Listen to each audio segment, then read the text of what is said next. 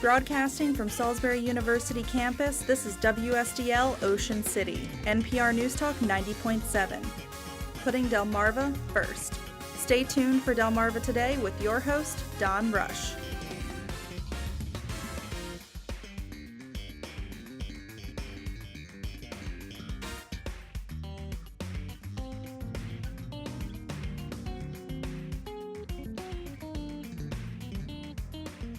It's been described as a whodunit, and it has once again embroiled the Wicomico County Executive in a battle with his fellow Republicans on the County Council. Welcome to Delmarva Today. This is Don Rush. Began with a November 19th, 2015 letter purportedly written by then Finance Director Leslie Lewis, addressed to County Executive Bob Culver, found by the county auditor. It recommended a raise apparently for the head of the Human Resources Department, Michelle Ennis. Lewis says she has no knowledge of the letter. Certified fraud examiner James Kern was brought in by the county council, but after initial effort to question employees, County Executive Bob Culver refused further cooperation. Council President John Cannon then found himself and his fellow council members on the receiving end of denunciations by Culver, who called the audit a witch hunt. And of course, the audit eventually ended. Also, to take even more turmoil into the issue, Culver also fired the finance director in May. To sort this strange odyssey out, we have Greg Bassett. He's the editor and general manager of the Salisbury Independent. I must say, this sounds more like something coming out of Washington than it does out of Wicomico County. Where do we start in terms of this conflict? I mean, this strange letter, which is like a few years ago, then suddenly kind of emerges and everybody's looking at it as if it's a great document. Give us some background. Well, I mean, there's all kinds of personality conflicts that are going on here, a lot of dynamics, a lot of people with some egos. But this all goes back to an auditor's report in 2015, where auditors come in and they'll have a checklist of things that they want to look at. So they'll have employees bring them various files. And one of the things that was on the checklist was a review of the file of the HR director for the county, Michelle Ennis. In that file, they found a letter that approved her raise, that recommended her raise. And the letter looked suspicious to them. It wasn't written on county letterhead. Leslie Lewis's name did not use the middle initial. That she's Leslie Martin Lewis, and she was very rigid about everyone using the M. So that is not there. The letter's not signed, but it's got her name and the name of an employee in the county who I still don't know.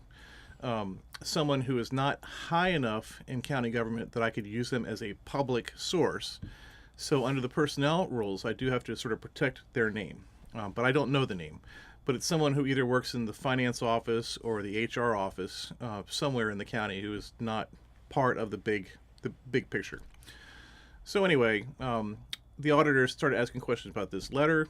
They went to Lewis since her name was on it, and Lewis was like, I didn't write that letter. I don't know what it is.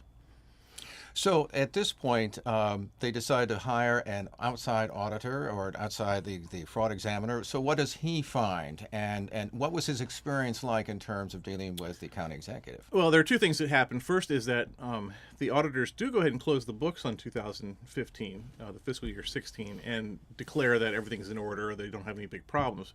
But they did refer this letter to the county council's internal auditor, Steve Roser. Now, the internal auditor is someone who works for the legislative branch for the council, and the idea there is that he is free to see what the executive branch of the government is doing without interference.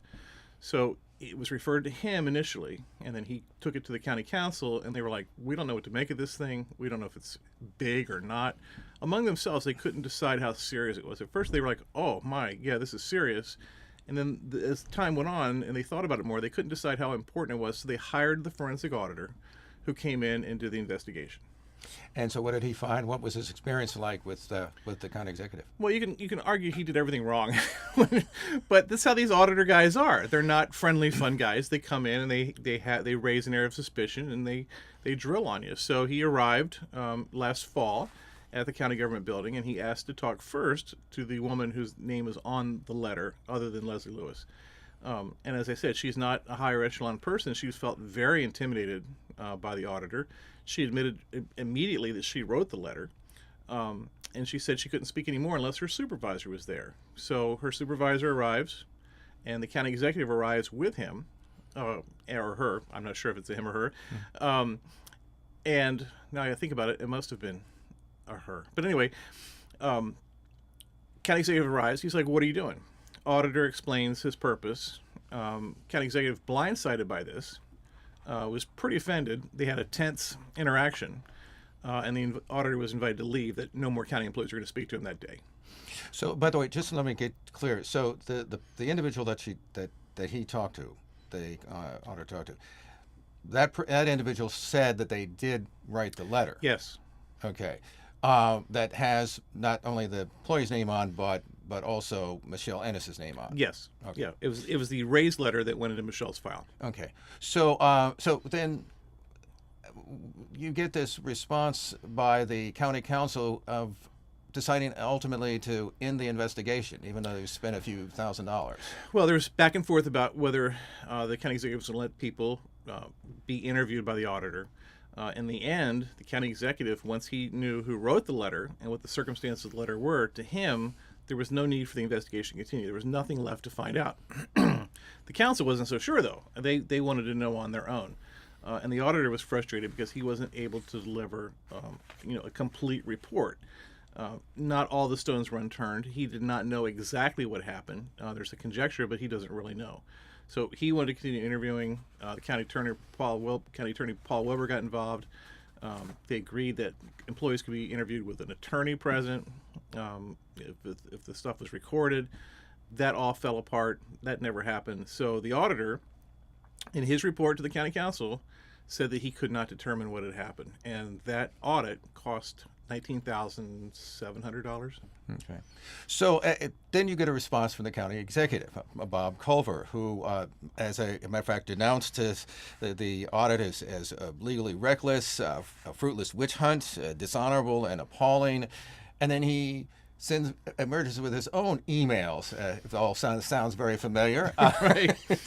So what did you make of the emails and what Culver said they represented? Because as I was reading John Cannon's response, Cannon seemed to indicate that it was all just still too vague. Yeah, and that's the county council's pretty unanimous on it being all too vague. They still don't know what happened. When they're out at the Lions Club or the fire meetings and people say, "What happened?" They don't really know what happened. And it frustrates them, certainly, with an election coming up, not knowing what happened. But also the auditor, James Kern, who has 35 years experience, he presented his report first to the county council, and we were all shocked that his report went into the briefing book for the July 5th meeting of the county council, with all the names redacted. And it was quickly, easily able. All the reporters were able to figure out who everyone was, even with the redacted names. So that didn't really protect the people's names and what was going on. He makes this report to the county council. There was even tension about that. Councilman John Hall, at the urging of the county attorney Paul Wilbur, had asked that all that be done in closed session. They decided to accept the audit in open session. Only one question was asked. Councilman Holloway asked whether Joe Holloway asked if the auditor, if people are normally uncooperative in these things, and he said no. It was like the first time ever that someone hadn't cooperated in this about the county executive. So they just sort of left it in the air. They accepted the audit, then they released a statement saying we don't know what really happened here. Then the next day, the county executive, Bob Culver, called a news conference. He read a statement of all of 1 minute. He was very upset. You could tell. He was angry. He was frustrated. He declined to take questions, but then he went out in the hallway and he did take some questions. But he blasted them with both barrels. The idea that, yes, it cost $20,000 on their end for the audit, but the time spent by his employees and by the county attorney was going to add to that expense. He felt like it was a witch hunt. He felt like they were opportunists, that something was going on, and the county council wanted to exploit that. But most of all, and the key to this thing is, he said that we do this all the time.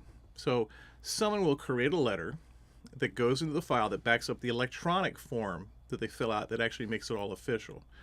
And maybe they're not so careful with that paperwork, so it looks kind of sloppy. On that letter, on that raised letter, the employee, Michelle Ennis, I think had been advocating for a higher raise. The first letter was written for a 12% raise for her. The county executive wrote on that letter, and it's his handwriting. The auditor wasn't sure at first if it was his handwriting or not. They were suspicious of that because it didn't look like his previous handwriting. But he says he wrote all over it. He reduced the raise from 12% to 8%. So he had seen the letter.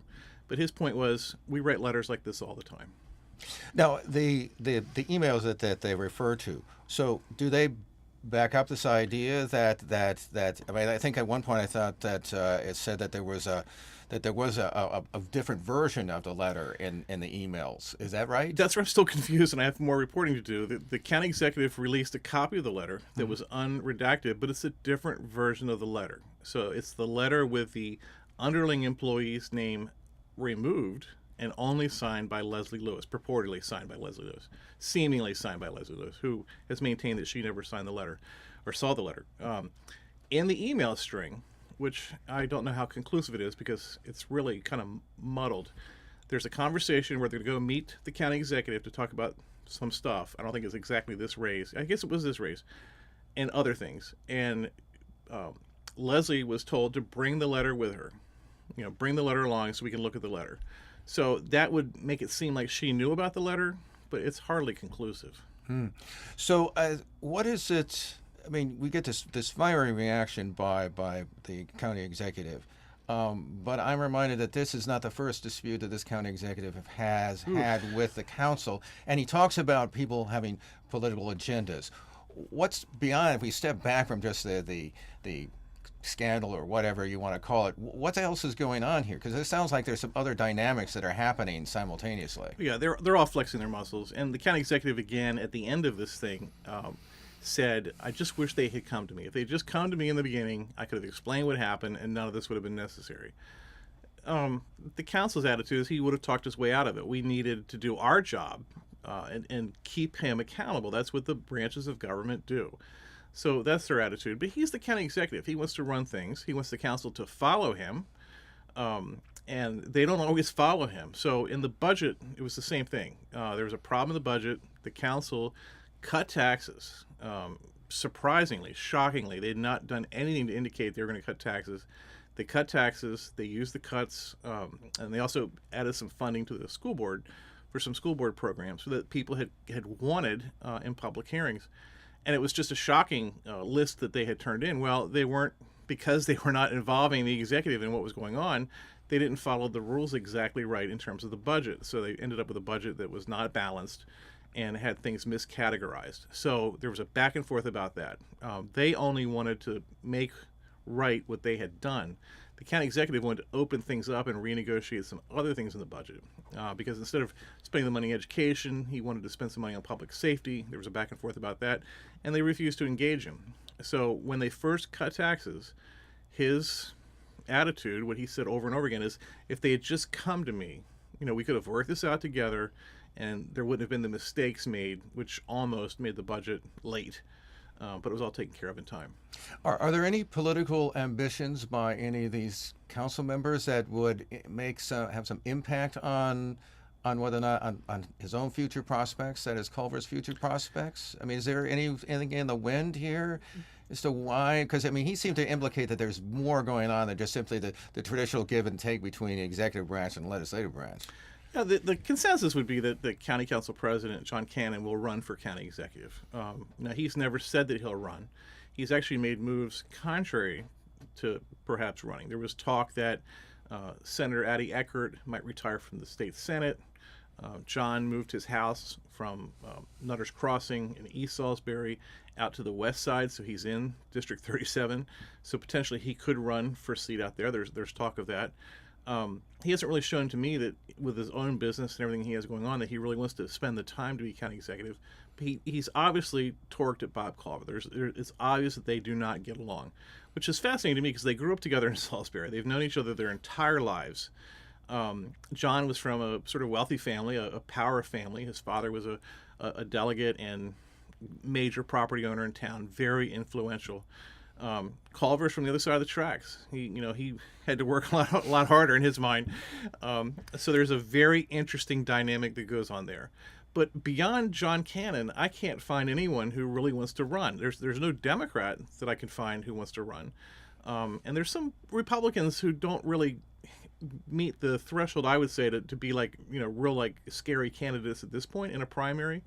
Ironically, the primary is only 11 months away, and I say only 11 months. It sounds like a long time, but it's not in terms of politics. And the other thing that's going on there is when you've got the 7 school board races, the 7 county council races, you've got the courthouse seats, the judges are running, and all the legislators are running. It's about 24 open positions, 24 seats that are in play. Can we find 24 people to run for offices in Wicomico County? That's a lot. By the way, how do you compare the relationship that, say, Bob Culver has to, say, somebody like Rick Pollitt? And obviously, Pollitt was on the other side of the party aisle. He was a Democrat as opposed to most of the Republicans on the county council. What difference in style did? Pollitt was everyone wanted to get along with everyone. He was a go along to get along. He was probably the quintessential good old boy. Really connected to the county, knew everyone, very friendly, very affable. But he and Bob Culver fought. Bob was a council member and fought the executive a lot, joined by Stevie Prettyman. So they were sort of a tandem together, really beating on Rick, his entire 8 years. So it's ironic that when Culver now is county executive, when the council wants to beat on him, it upsets him. So, I mean, at this point, because early on, I mean, I remember there was an issue about the elementary school, yeah, right, and he came out with this thing, and then Cannon and folks said, hey, we've already decided as we've been through this. I mean, there seems to be from his side of the aisles, it does seem as if he will go out and decide to do things or announce things or take positions without consulting the council people on the other hand. I mean, there seems to be, and that's what struck me initially when he came into office, is that all of a sudden you had these sudden disputes, and you wouldn't think there would be. Well, there's a couple ironies here. The first meeting after he was elected, the first time they all got together that I saw was at a Chamber of Commerce forum. And Bob spoke first, and he said that he wanted to treat, even though he'd had problems with the executive as a council member, he wanted to treat the council as his cabinet, that they all had their expertise in different issues. So he would call on Matt Holloway for farming issues. He would call on John Cannon for small business issues. He would call on John Hall for advice about the airport, because John Hall's been the airport liaison for so long. The looks on their faces that wasn't what they had signed up for exactly, but it's only the first day of school, so they're gonna get through this and figure out what's gonna happen.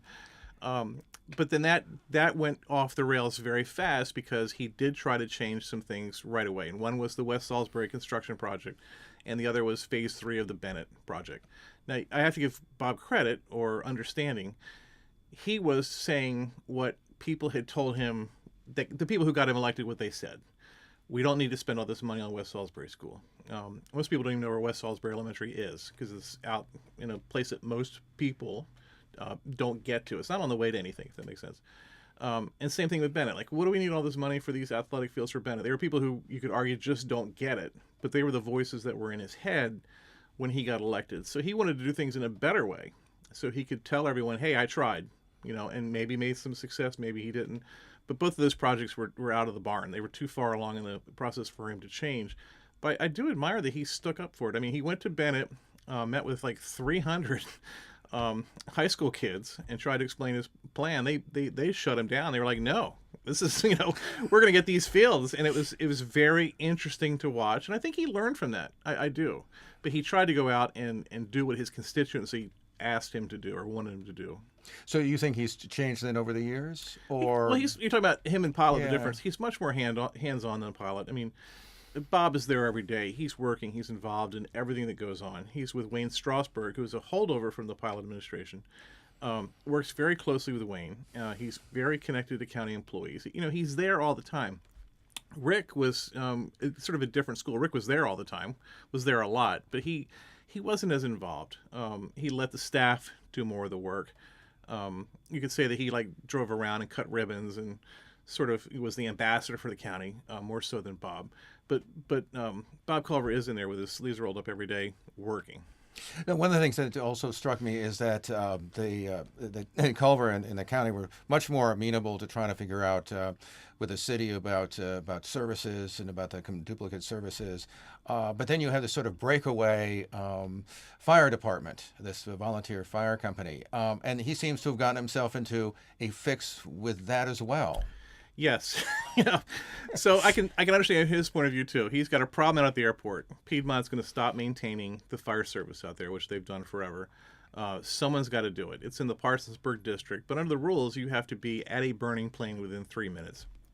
So you have to have people staffed at the airport. The county's going to have to hire someone to go out there and staff it. Bob doesn't want to do that, so he thought, well, wait, we've got these renegade fire people from Company 1 in Salisbury. They're looking for something to do. Let's put them out at the airport. Apparently they're interested in the airport, but they're not that interested in the airport. They're interested in having their own district on the east side with their own firehouse on Snow Hill Road. So that conflict is in play. Plus, you've got the fire services agreement, which doesn't allow for this, that's in play. So now you have another situation where you've got John Cannon representing one point of view on this, Jake Day, our very powerful mayor, representing another point of view, and then Bob. So there's letters going back and forth. There's a lot of tension about this. The firefighters are involved, so that always makes it an emotional issue. It's a public safety issue, so it is important. But this thing is going to play out for a long time. Why do you think that Cannon is reluctant to say, to provide funding or anything like that for these firefighters? Because my understanding, and particularly in local politics, volunteer fire companies have a certain political clout. And it would seem as if Cannon's saying, well, we're gonna put this group off. I mean, what's going on there? I think if you watch in the meetings with the rebel firefighters when they talk, it's hard to put a lot of trust into them. You have to wonder if they really have their act together or not. Now, the mayor certainly has made it seem like that they don't, that they're not wanted, and good luck to you, but you have no value to us. That's probably tainted them to a degree. They've also been pretty aggressive about what they want to do without really any belief that they can succeed at that. But the other problem that's going on here is that there's actually a very strong movement toward paid fire companies everywhere.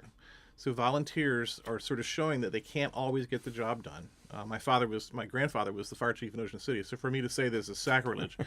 But there's a feeling that the paid people have to be there to get anywhere within 3 minutes, that volunteers can't necessarily do that. So there's going to have to be a paid equivalent out there somehow at the airport. So in this dispute with this particular company, and this reaches back. I mean, I remember they were going around about this when I first got here in 2003, 2004. That was Station 2, though. That was station. Yeah. What is it? I mean, but it seems like there were like these similar issues about reporting and so on. I mean, is it just simply the times have changed in terms of what the city is doing? Or, I mean, the city seemed to take a hard line even then with Station 2. Well, Salisbury was always the only one with a paid fire staff, and that was only because the town burned down twice. So that's why Salisbury for a century has had paid staff.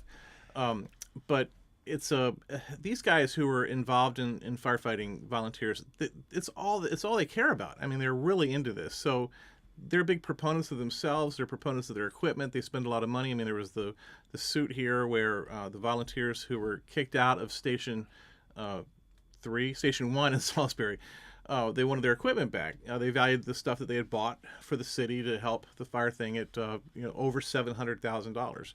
A judge didn't necessarily agree that there was that much stuff, but you can see that they really were investing in their volunteers and investing in the city. So they're very committed to this. And anything that messes with that commitment is always unnerving. When you have a paid fire chief telling them what to do, the chiefs historically would maybe give preference to the paid guys and let the volunteer guys do the grunt work.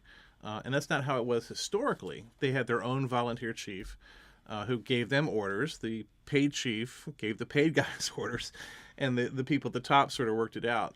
But now there's one unified chief in Salisbury, and the volunteers report to that chief as well. Now, in fact, in all of this, Mayor Jake Day seemed like he just, he went out there and it was this sort of I don't really care kind of attitude, and I'm going to stand up to these people, I guess, is the impression I got. Is that Was that because he felt strongly about it, or was that because, in addition to perhaps that there was a strong support for him taking such a strong stand? He was presented with statistical information that the volunteers were not getting to the site in time, getting to the station in time to report. And it was a consistent problem. There was a training problem, and he just declared that they weren't going to tolerate it anymore. They were going to get rid of the people who could not get there in time. Now, I remember when I was a kid, you didn't always go to the fire station if you're a volunteer. You go to the scene, but all that's changed. Things have changed in terms of their procedures. And sometimes the volunteers wouldn't even go to the scene. They would just go to the firehouse, the station, and man the station in case something happened while the paid guys were out in the field. We've been speaking with Greg Bassett. He's the editor and general manager of the Salisbury Independent. And by the way, if you want to know more about the whole email letter controversy, a great piece on the Salisbury Independent. We have it from beginning to end.